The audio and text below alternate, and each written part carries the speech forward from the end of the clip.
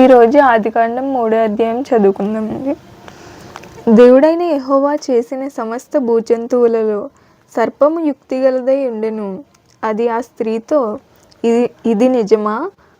ఈ తోట చెట్లలో దేని ఫలములనైనను మీరు తినకూడదని దేవుడు చెప్పెనా అని అడిగెను. అందుకు స్త్రీ, ఈ తోట చెట్ల ఫలములను మేము తినవచ్చును. అయితే తోట మధ్యనున్న చెట్టు ఫలములను గూర్చి దేవుడు మీరు చావకుండునట్లు వాటిని తినకూడదనియు వాటిని ముట్టకూడదనియు చెప్పెనని సర్పముతో అనెను.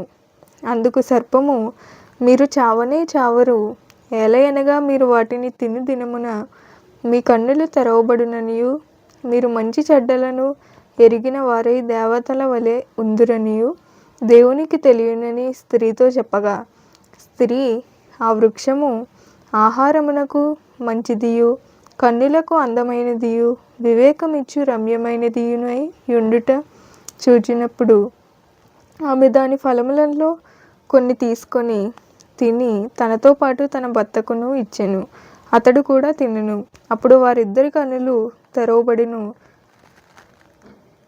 వారు తాము దిగంబరులమని తెలుసుకుని అంజూరపు ఆకులు కుట్టి తమకు కచ్చడములను చేసుకొనిరి. చల్లపూటను ఆదామును అతని భార్యయు తోటలో సంచరించుచున్న దేవుడైన యెహోవా స్వరమును విని దేవుడైన యెహోవా ఎదుటికి రాకుండా తోట చెట్ల మధ్యను దాగుకొనగా, దేవుడైన యెహోవా ఆదామును పిలిచి, నీవు ఎక్కడ ఉన్నావనెను. అందుకతడు, నేను తోటలో నీ స్వరము వినినప్పుడు దిగంబరినిగా నుంటిని గనుక భయపడి దాగుకొంటినెను. అందుకాయన, నీవు దిగంబరివని నీకు తెలిపినవాడెవడు? నీవు తినకూడదని నేను నీకు ఆజ్ఞాపించిన వృక్ష ఫలములు తింటివా అని అడిగెను. అందుకు ఆదాము, నాతో నుండుటకు నీవు నాకు ఇచ్చిన ఈ స్త్రీయే ఆ వృక్ష ఫలములు. అప్పుడు దేవుడైన యెహోవా స్త్రీతో, నీవు చేసినది ఏమిటని అడుగగా, స్త్రీ, సర్పము నన్ను మోసపుచ్చినందున తింటినెను. అందుకు దేవుడైన యెహోవా సర్పముతో, నీవు దీని చేసినందున పశువులన్నిటిలోనూ భూజంతువులన్నిటిలోనూ నీవు శపించబడిన దానివై నీ కడుపుతో ఉందువు. మరియు నీకును స్త్రీకిని నీ సంతానమునకును ఆమె సంతానమునకును వైరము కలుగజేసెదను. అది నిన్ను తల మీద కొట్టును, నీవు దానిని మడిమ మీద కొట్టుదువని చెప్పెను. ఆయన స్త్రీతో, నీ ప్రయాసమును నీ గర్భవేదనను నేను మిక్కిలి నీ భర్త ఎడల నీకు వాంఛ కలుగును, అతడు నిన్ను ఏలునని చెప్పెను.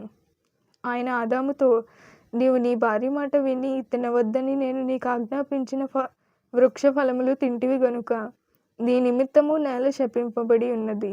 ప్రయాసముతోనే నీవు బ్రతుకు దినములన్నీ దాని పంట తిందువు. అది ముండ్ల తుప్పలను గచ్చ పొదలను నీకు మొలిపించును. పొలములోని పంట తిందువు. నీవు నేలకు తిరిగి చేరు వరకు నీ ముఖపు చెమట కార్చి ఆహారం తిందువు. ఏలయనగా నేల నుండి నీవు తీయబడితివి, నీవు మన్నే గనుక తిరిగి మన్నైపోదు అని చెప్పెను. ఆదాము తన భార్యకు హవ్వ అని పేరు పెట్టెను. ఏలయనగా ఆమె జీవము గల ప్రతివానికిని తల్లి.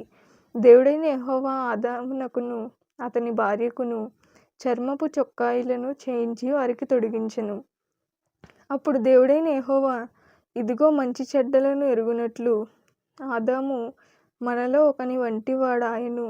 కాబట్టి అతడు ఒకవేళ తన చెయ్యి చాచి జీవవృక్ష ఫలమును కూడా తీసుకొని తిని నిరంతరము జీవించునేమో అని దేవుడైన యెహోవా అతడు ఏ నేల నుండి తీయబడినో దాన్ని సేద్యపరచుటకు ఏదెను తోటలో నుండి అతని పంపివేసెను.